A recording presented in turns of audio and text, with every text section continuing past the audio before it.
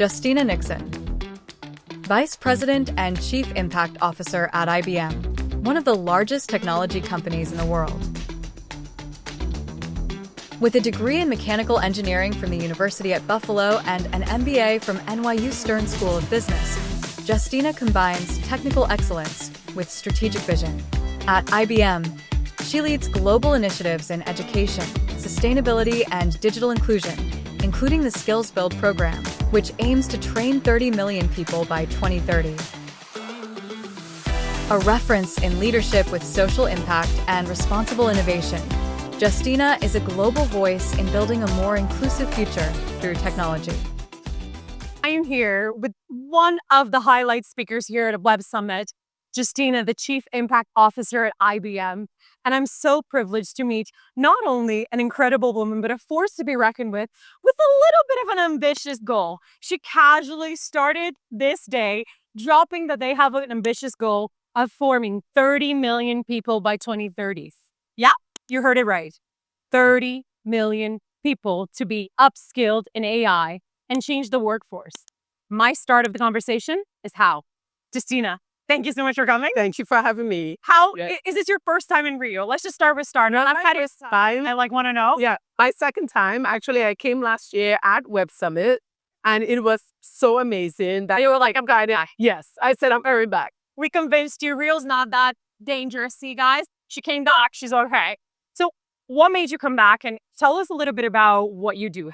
Backtrack. Yes. Justina, where are you from? How did you start in this big fancy role? You know, we look at you up there and we're like, Well, I'm from a very, very small island in the Caribbean called Dominica, and I immigrated to the United States when I was around 9 years old. And eventually, I obtained a degree in mechanical engineering, and then my MBA, and eventually moved into technology, which has been very exciting to me. So I started at a telecom company, spent a lot of time there, and eventually came to IBM to lead our corporate social responsibility function, really focus on how we use technologies like AI to have an outside impact in the community. huge job to go from doing all of this. How did you know you wanted to be an impact? Like, impact wasn't sexy, it wasn't cool, it was kind of like this thing that people did in charity. Yeah. And why IBM? Like, when we think IBM, I think art of the possible, bleeding bull, cobalt, mainframe, big bangs, huge architecture, like, Watson. What is IBM as a huge company doing an impact? Like, Yeah. what is the role of a chief impact officer? Well, the role of a chief impact officer is really to create initiatives and to scale them, right? We want to reach the most people possible and really measure the impact that we're having with them. And we also want to align to the strategies of our business, right? So when I think about AI, how do we bring in AI to skill people in it to create the talented workforce? How do I use AI to help communities that are stressed, right? Because of climate, because of the environment, and how do we create these solutions using our own platform? So these are just some of the things that I do in my role. But what's great is I get to work with IBMers. They are so smart, they are so skilled, and I'm able A couple that I'll share. So they know a thing or two about AI, a thing or two about quantums. and they're just brilliant. And we get to bring them in as volunteers.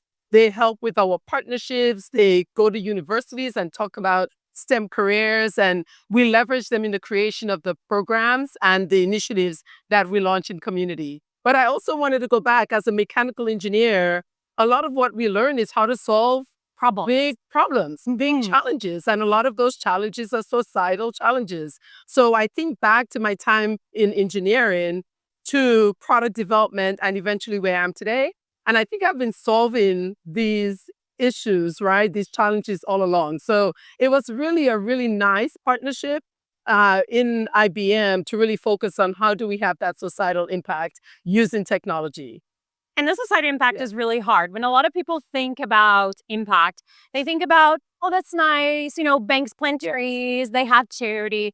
I started my career in a bank, and I remember first looking at, how little technology we actually gave the people doing the impact in charge of these things. Like, how has IBM actually accomplished this huge goal? Like, how do you give AI and quantum as a huge company with a world with no shortage of problems like you have?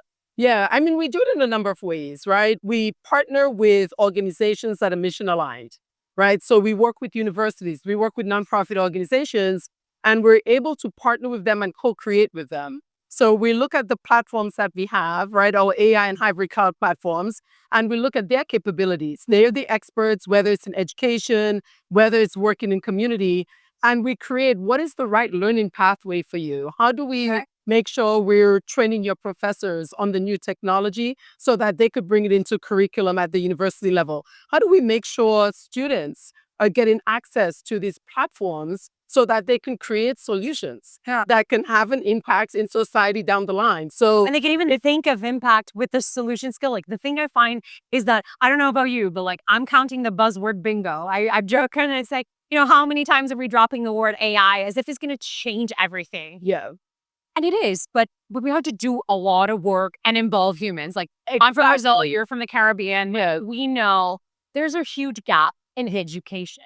Yeah. There's a huge gap in this. And coming from STEM, just like you, a lot of people, when you look at impact and people that are not employed or not with economic opportunity, it's a really scary thing. Like AI is not the thing they're going to think about. Exactly. And it is very scary. And what we do is look at it from the point of everyone needs AI literacy, right? That is foundational right now. Yeah. You need to understand the responsible use of AI. You need yourself to detect, is AI biased? Is it not? Is it fair? What is the data that's being used? And then you also need to understand how to use it for your own productivity and efficiency. So we feel like that's fundamental. Yeah. Right. But then as you continue to learn AI, you can actually create a large language model. You can go further and you could be the manager of AI agents. So I had this conversation so many times. I'm like, can we stop just listening to YouTube kids saying that you have faceless accounts and you're gonna make hundreds of millions of dollars? Like, there's ways we can actually teach populations, egg farmers,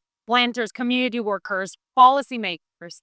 And how do you do that? How is IBM actually putting the AI in hands of? Yeah, so I will give you an example with farmers. Okay. We are working with smallholder farmers where we've given them access to a virtual assistant that's powered by AI, where they can get direct access to information that helps them determine when to plant, when to water. I mean, we've seen an increase in yield, and we've actually impacted around 65,000 farmers just with our AI-powered solutions. And on the education side, we're upskilling and reskilling people in AI and helping them not just understand what it is, but create solutions using AI. And that helps them with increased economic and social mobility. So you actually can see the impact of the work down the line. And let's be very open and frank, AI is going to make a difference with economic growth. Right. It's directly correlated to GDP. As much as you can decrease that gap in skill sets, especially when a new technology is accelerating as fast as it can, it really makes a difference for your community and for your country. Totally. But one of the things that I struggle with, like you working with IBM, and a lot of people have seen this impact as something that is short term sometimes. A lot of the impact decisions have historically been short term. Whether it's the politician in there for 6 months to 4 years, or whether it's a long. How is IBM with such a responsibility, honestly, being the company that you are, having built the fabric and the footprint of a large base of corporations around the world? Like, how are you breaking that gap, Justina? Like, how does it look like in practice? Like, what are some of the challenges? Because it's a multi-stakeholder problem. Tech, Yes, ownership, yes. messy. Who is what are you in this? Yes, yeah. So I will give an example of what we do around sustainability. We don't work with our partners on a short-term basis. We start with saying we want to work for you or with you for at least 2 years. So we start right off the bat saying we're going to train you. Okay. We're going to help you iterate your solutions using AI. We're going to help you launch those solutions. Then we're going to bring attention to these new solutions so that you could also get incremental funding. And then we're going to help you scale them. So this is a long-term partnership that we have to make these solutions sustainable and to help our nonprofit organizations really understand how do they also skill themselves to continue to iterate and expand these types of solutions. So definitely not short-term. We are tracking impact all the way. So these are global programs, even our skilling programs. We work with organizations to help people who get skills in AI find better jobs. So this is not a one-time opportunity or a 5-minute engagement. we really look at it Like a little long- press release, so it's nice, right? Yeah. We've all seen this, our fair share, like the huge foundations, like not doing a heck of a lot. So what, you got just an immense remit. And one of the things, and I'm going to double down because I do love your area where you're from in the Caribbean. And I often say to enterprises, like when we look at impact, we have to look at what people will value in the future. Yeah. So when you're looking at impact of the technology, Yeah. we know that there's humongous human problems to solve. Yeah. Nature problems, displacement problems. When you talk about upskilling people, like Yeah. the Caribbean is one of the many countries that unfortunately is in the statistics about, 1 billion people not being without a home Yes. in about 10 years. Yeah. So when I look at this in UNESCO, I often try to tell them, we got to go beyond the buzzword bingo and we got to realize what is unique and impactful and connected about the country. In Brazil, we're sitting here, we have a huge natural resource. You talked about farmers. How is IBM looking at these things? Because today, what we value is a SaaS business. We know that AI is changing as a charging model. Yes. So the impact, the measurements of these businesses, what is that crystal ball, Justina? Like, how are you looking at kind of? Yeah, I think as someone who grew up in what we would consider a very underserved, right, community, I've always been taught that education is the way out of poverty, right? Education will lead to better pay, a better home life, better. So awareness. So I feel even when I look at my island, I really want to focus on how, again, we're increasing these opportunities by helping people acquire new skills. A lot of the Caribbean islands, just to stay here for a moment, focus on tourism. Yeah. But there's also so many Focusing people on so little of the tourism instead of understanding like the breadth of what they can do what they can do. And I think being able to be skilled in a technology like AI, where you can help companies all over the world, but still staying in the Caribbean, that's a huge opportunity for them. So even when I think about areas where IBM is doubling down and investing in, right? This is where we want to focus our efforts. Let's help you get that type of skilling that you need in a technology that is going to change the world and is accelerating very quickly. And let's make sure you have the credentials that are industry recognized so that you can work with any company, for any company, no matter where they are. And that helps you, again, with your increased economic mobility. So that's where we are actually doubling down and focusing our efforts. And you came here to announce some pretty amazing partnerships that are helping in these efforts. So maybe we give a spoiler for the people that were not on stage and didn't get to hear.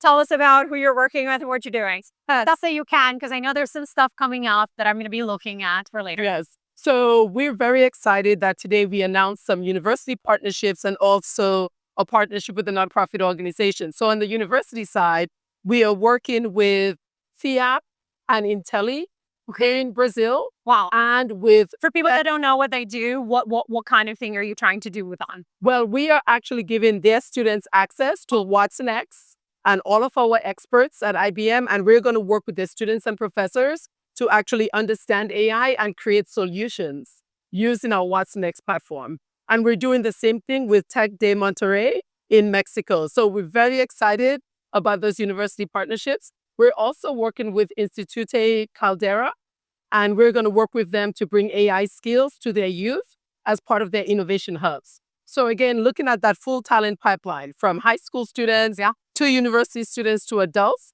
and helping them get skills and hoping that they are the workforce of the future.